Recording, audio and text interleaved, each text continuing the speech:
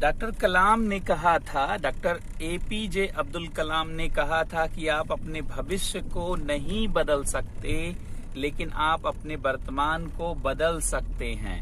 वर्तमान बदलने से भविष्य बदल जाता है, लेकिन वर्तमान कैसे आप बदलेंगे? यह समय के सही उपयोग पर निर्भर करता है। समय बहुत मूल्यवान है। जिसने समय का सदुपयोग किया, उसने अपने भविष्य को उस अनुसार पाया जिस अनुसार वह कल्पना कर रहा था। इसलिए समय का जो है बेहतर से बेहतर उपयोग होना चाहिए। अनेक जो है महापुरुषों का जो जीवन आप इतिहास में देखते हैं, जिसे इतिहास के पन्नों में आप पाते हैं, वो समय के बेहतर उपयोग पर ही निर्भर है। बहुत समय नजदीक आ गया है प्रिय साथियों।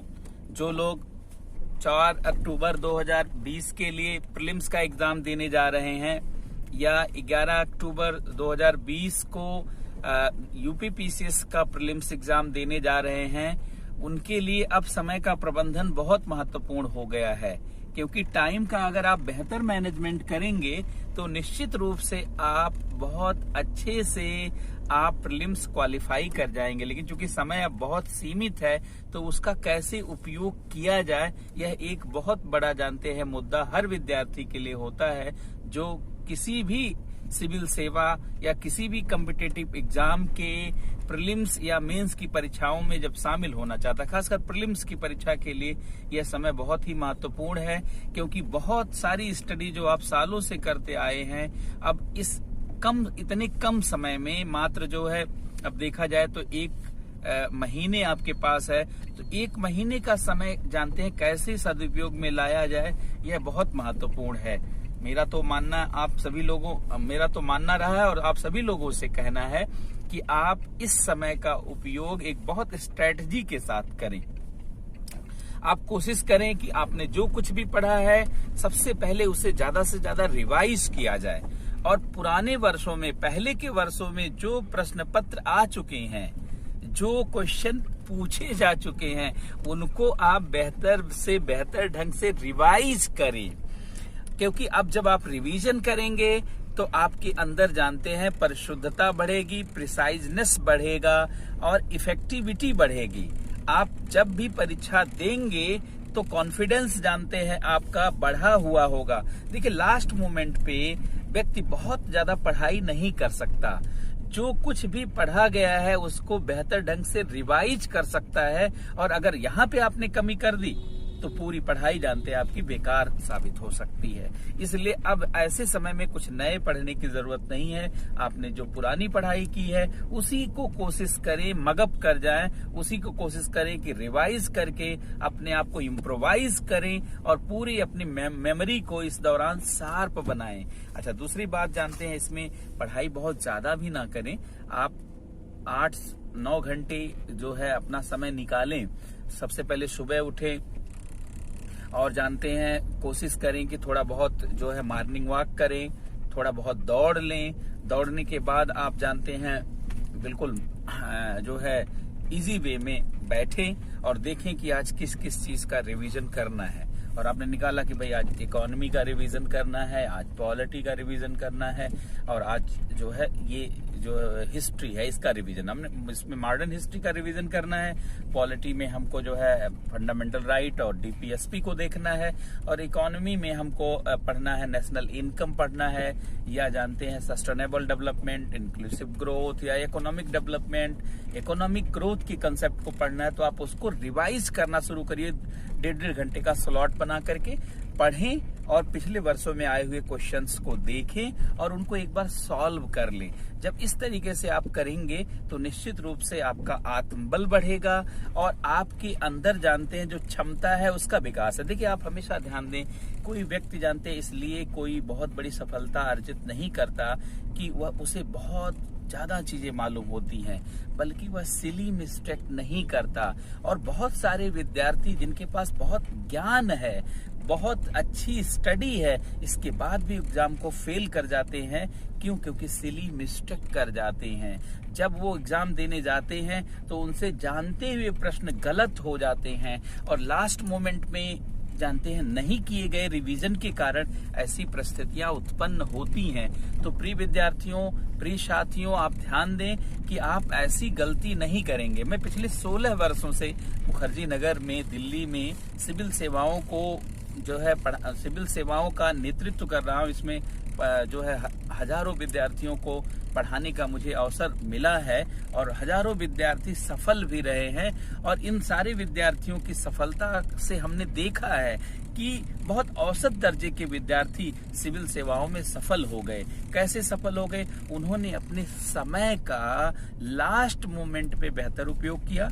कोई नई चीज नहीं पढ़ी, क्योंकि नई चीज पढ़ेंगे उसको समझने में, उससे रिलेटेड क्वेश्चंस को जब आप सॉल्व करेंगे तो उसमें कुछ न कुछ जानते हैं त्रुटियां होंगी, कुछ न कुछ कमियां होंगी। तो धीरे धीरे आपका आत्मबल प्रभावित होगा, और जब आपका आत्मबल प्रभावित होगा तो आप मानने लगेंगे कि शायद अब एग्जाम हम नहीं निकाल पाएंगे, और धीरे धीरे यह भावना आपके अंदर प्रभावी होने लगेगी। तो जानते हैं आप एग्जाम से दूर हो जाएंगे। लास्ट मोमेंट तक पहुंचेंगे तो लगेगा आपने कुछ भी नहीं किया, जबकि ऐसा नहीं है।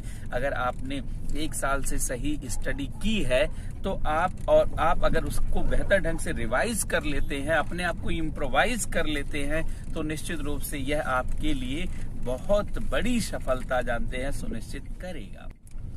समय का प्रबंधन सबके लिए चुनौतीपूर्ण होता है, मेरे लिए भी बहुत चुनौतीपूर्ण है।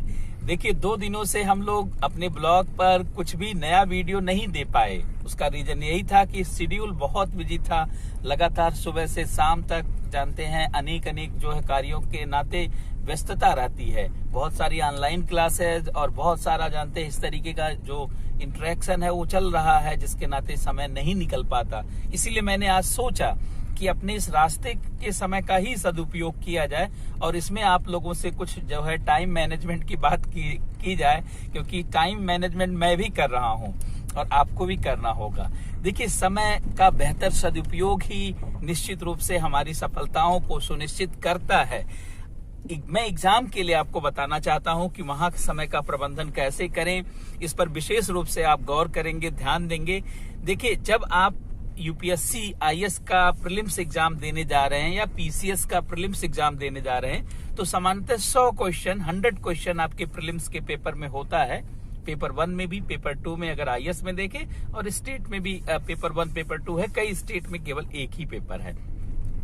तो जब आप पेपर देने जाते हैं और उसमें 100 क्वेश्चन है, तो मेरा आप सभी लोगों से अनुरोध है कि एक बार में ही आप 100 क्वेश्चन को नहीं सॉल्व करें। सामान्यतः विद्यार्थी पहले क्वेश्चन से शुरुआत करते हैं और धीरे धीरे तक 1.5 घंटे में वो पता चला कि 60-70 क्वेश्चन पर ही पहुंच पाए, और तब तक जो है पेपर समाप्त हो गया और अभी वो 80 क्वेश्चन ही कर पाए थे, 20 क्वेश्चन छूट गया। बाद में उन्होंने देखा कि जो 20 क्वेश्चन उन्होंने छोड़ा उसमें से 6 क्वेश्चन उन्हें आता था या 7 क्वेश्चन उन्हें आता था, अर्थात अगर उसको करते तो निश्चित रूप से बढ़त ले सकते थे। तो ये गलती आप नहीं दोहराएं।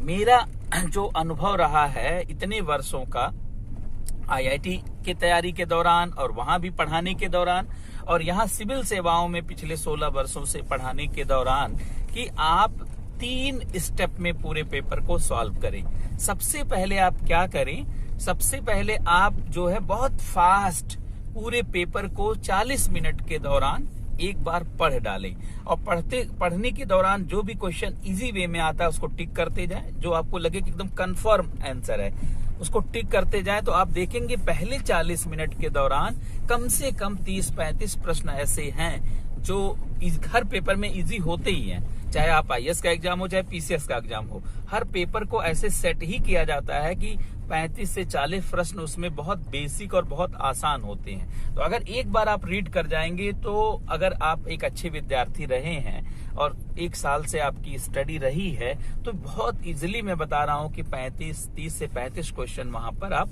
सही कर ले जाएंगे, और उसको टिक कर लें और इसके बाद बबल्स को फिल कर लें 5-7 मिनट में, और इसके बाद फिर दूसरे स्टेप की शुरुआत करें। और दूसरे स्टेप में आप समय दें 30 मिनट का। पहले में आपने 40 मिनट दिया, तो दूसरे में 30 मिनट का समय दें और बहुत फास्ट जो है पेपर को पढ़ें। अब उन प्रश्नों को, चूंकि जिसको आपने सॉल्व कर लिया तो उस पर समय देने की आवश्यकता नहीं, वो समय आपका बच गया।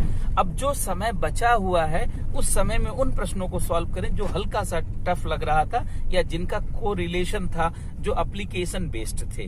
तो फिर उसको आपने पढ़ा और सॉल्व किया तो बहुत इजीली आप जानते हैं 20 से 22 प्रश्न, 20 से 25 प्रश्न आप पुनः निकाल ले जाएंगे। पुनः आप 10 मिनट दे करके बबल्स फिल कर लें तो जानते हैं आप यहाँ पर देखा जाए तो पहले 30-35 प्रश्न आपने किया, दूसरी बार 20-22, तो आप लगभग जो है आप 50-55 प्रश्न के आसपास आपका सॉल्व हो गया।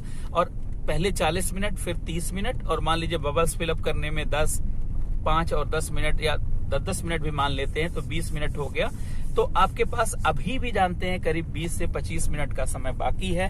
अब ऐसे समय में आप उन प्रश्नों को सॉल्व करें जो आपको बहुत टफ लग रहे थे, जिसमें सोचने की आवश्यकता है, जिसमें विचार करने की आवश्यकता है। और अब इस दौरान जब आप पेपर को सॉल्व करेंगे तो बहुत सारे प्रश्न जानते हैं आपको विचार नहीं करना होगा, क्योंकि आप पहले से उनको पढ़ चुके होंगे और सॉल्व कर चुके होंगे।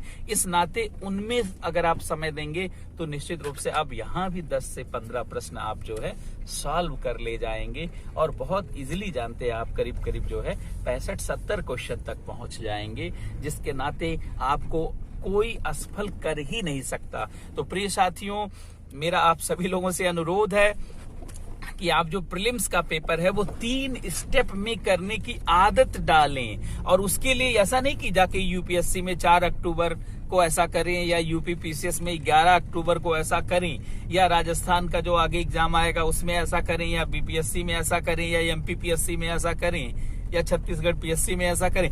बल्कि आपको अभी से आदत डालनी होगी।